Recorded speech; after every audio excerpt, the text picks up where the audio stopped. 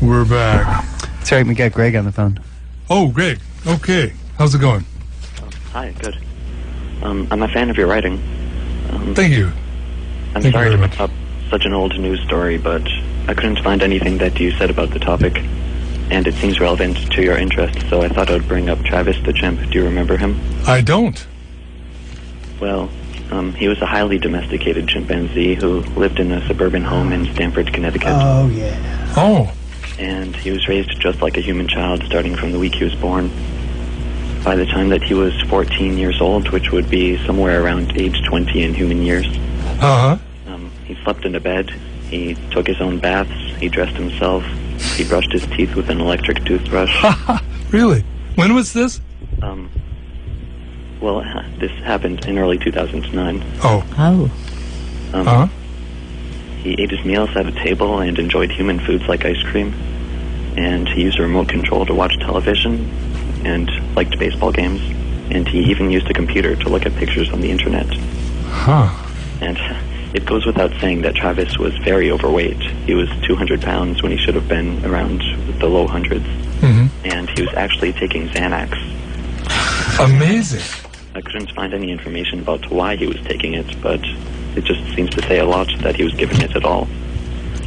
And basically, I think Travis wasn't really any different than a mentally handicapped human child.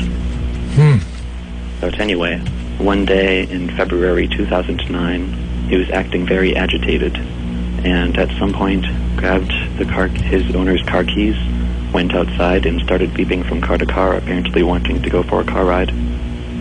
And he was acting very aggressively, so his owner called her friend over to get her to help him to calm down and go back inside.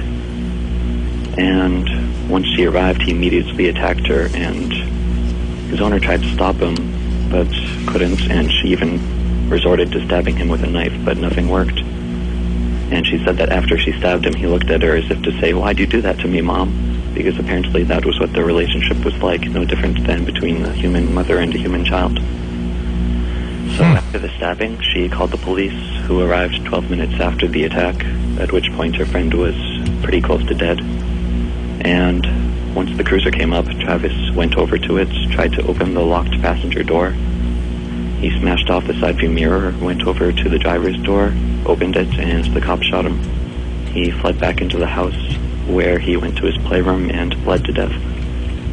And this might not seem very relevant, but I'm bringing it up because afterward, everyone was condemning his owner for saying how irresponsible she was for raising a chimp like it was a child, and that she should have known something like this would happen because chimps aren't supposed to be living in civilization. They're supposed to be living in the wild among each other.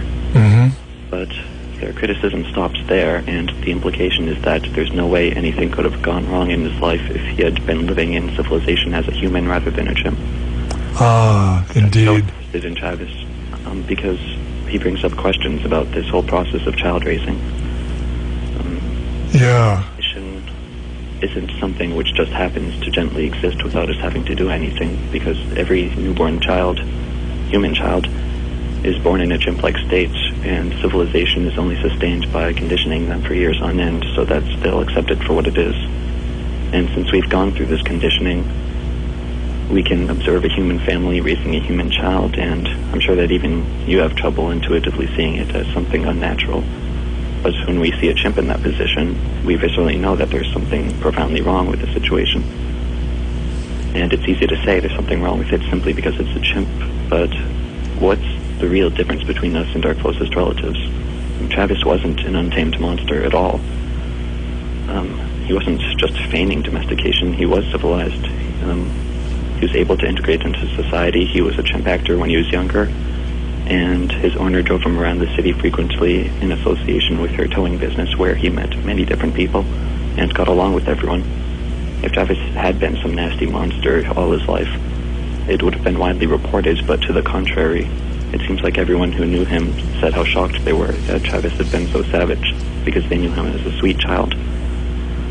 And there were 2 isolated incidents early in his life when he acted aggressively, but summarizing them would take too long, so basically I'll just say that he didn't act really any differently than a human child would, and the people who would use that as an indictment against having chimps live as humans do wouldn't apply the same thing to humans, so it's just kind of irrelevant. Mm-hmm. But anyway, look what civilization did to him. It had the same exact effect on him as it has on humans. He was profoundly sick in every sense of the term, and he had to resort to these surrogate activities like watching baseball and looking at pictures on a computer screen and taking Xanax. He was a complete mess.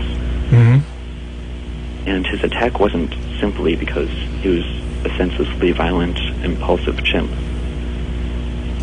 which was how his behavior was universally portrayed.